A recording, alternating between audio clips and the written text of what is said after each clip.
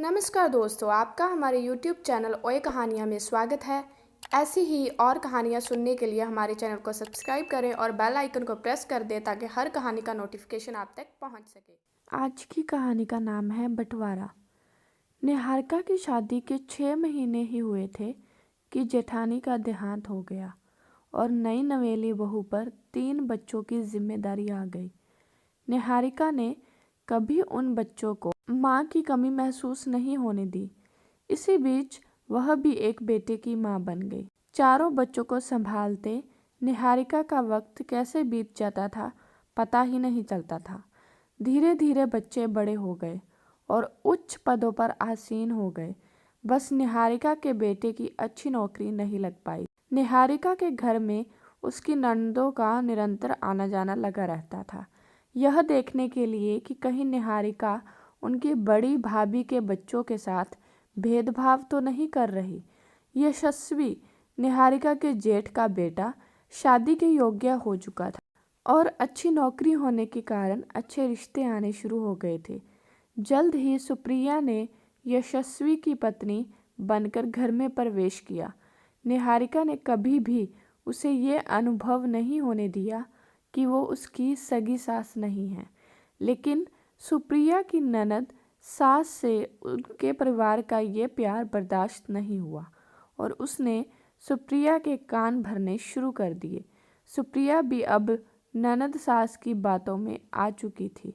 उसे भी निहारिका का कुछ ज़्यादा ही अपनापन अब खटक रहा था। निहारिका अपनी नई नवेली बहू से कोई भी काम नहीं करवाती, जहाँ तक हो सारे काम खुद ही कर देती थी। घर का हर निर्णय निहारिका ही लेती थी। अब ये सब सुप्रिया के बर्दाश्त के बाहर था। उसने अपने ससुर से बोलकर परिवार का बंटवारा करवा लिया। निहारिका भी इसी दिन के इंतज़ार में थी कि बहू अपना घर संभाल ले। इसी बीच आशीष, निहारिका का बेटा, भी बहुत अच्छे पद पर आसीन हुआ। निहारिका बहुत खुश थी और अब आशीष के लिए भी रिश्ते आने शुरू हो गए थे। ये सब सुप्रिया के बर्दाश्त के बाहर था। यूं तो सुप्रिया ने बंटवारा कर लिया था, लेकिन रसोई का बंटवारा नहीं करवाया था। उसका कहना था, खाना सब लोग साथ ही खाएं तो अच्छा है। परिवार के किसी सदस्य को इससे आपत्ति नहीं थी। घर का सारा काम निहारिका अकेले ही करती। सुप्रिया कभी उसकी मदद को नहीं आती। आशीष की शादी में जब यशस्वी ने सुप्रिया को चाची माँ का हाथ बटाने को कहा तो सुप्रिया तुरंत बोली, वो उनके घर का काम है, हमें क्या मतलब, हम मेहमान हैं, आइए खाइए और निकल जाइए। यशस्वी चुप हो गया, लेकिन निहारिका ने उनकी सारी बातें सुन ली। आशीष की शादी के बाद निहारिका ने रसोई का बंटवारा करवा दिया।